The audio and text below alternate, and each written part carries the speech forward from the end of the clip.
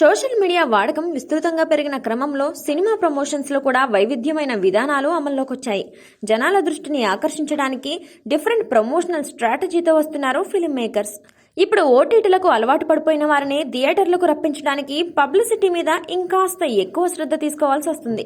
ఇందులో భాగంగా press meets పెట్టడం, ఫన్నీ ఇంటర్వ్యూలు చేసి వదలడం, టీజర్ లేదా ట్రైలర్ లాంచ్ కోసం ఈవెంట్స్ చేయడం, గ్రాండ్ గా ప్రీ రిలీజ్ ఈవెంట్స్ నిర్వహించడం, ప్రధాన నగరాలలో చక్కర్లు కొట్టడం, కాలేజీ టూర్లు వంటివి చేస్తుంటాం.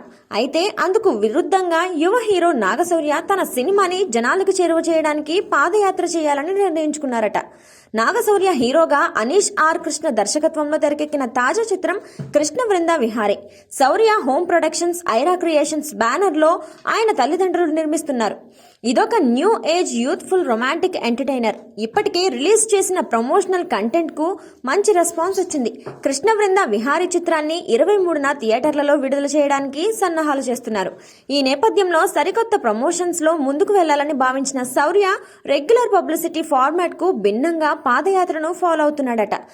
పాదయాత్ర అనేది రాజకీయ నాయకులు జనాలకు చేరువవ్వడానికి ఉపయోగించే ప్రచారాస్త్రం.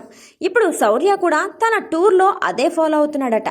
2 తెలుగు రాష్ట్రాల్లోని పలు నగరాలకు టూర్లు, కాలేజీ విజిట్లు ప్లాన్ చేసిన యువ హీరో అక్కడికి వెళ్లిన తర్వాత పాదయాత్ర ద్వారా జనాలతో ఇంటరాక్ట్ అవుతూ మూవీ ప్రమోషన్స్ చేస్తాడట.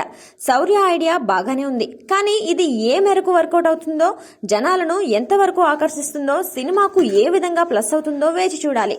కృష్ణ వృంద విహారీ సినిమాలో నాగశౌర్య సరసన షిర్లే శెట్టియా హీరోయిన్ గా నటించింది. రాధికా శరత్ కుమార్ కీలక పాత్ర పోషించగా వెన్నెల కిషోర్, రాహుల్ రామకృష్ణ, సత్య బ్రహ్మాజీ తదితరులు ఇతర పాత్రల్లో నటించారు. ఈ చిత్రానికి మహతి స్వరసాగర్ సంగీతం సమకూర్చారు. సాయి శ్రీరామ్ సినిమాటోగ్రాఫర్ గా పనిచేశారు. అయితే తమ్మిరాజు ఎడిటింగ్ వర్క్ చేశారు. చూసారుగా, మరిలాంటి మరెన్నో ఇంట్రెస్టింగ్ న్యూస్ అప్డేట్స్ కోసం చూస్తూనే ఉండండి.